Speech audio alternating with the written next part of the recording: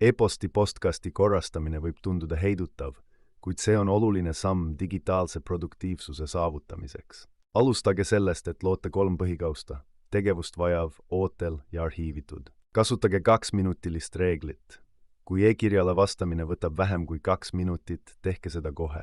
Võtke kasutusele automaatfiltrid, et sorteerida sisse tulevad e-kirjad vastavalt saatjale või teemale. Kustutage või arhiivige vanad e-kirjad, mis on vanemad kui 6 kuud ja pole enam olulised. Tühjendage rämpsposti kaust regulaarselt ja tühistage tellimus uudiskirjadelt, mida te enam ei loe. Kasutage märgendeid või värvikoode, et eristada erinevate projektide või prioriteetidega seotud e-kirju. Seadke kindel aeg päevas e-kirjade kontrollimiseks, et vältida pidevat postkasti jälgimist. Hoidke oma sisendkaust tühi või maksimaalselt 20 e-kirjaga, et säilitada selge ülevaade olulistest sõnumitest. Regulaarne e-posti haldamine säästab aega ja vähendab stressi, võimaldades teil keskenduda olulisematele ülesannetele.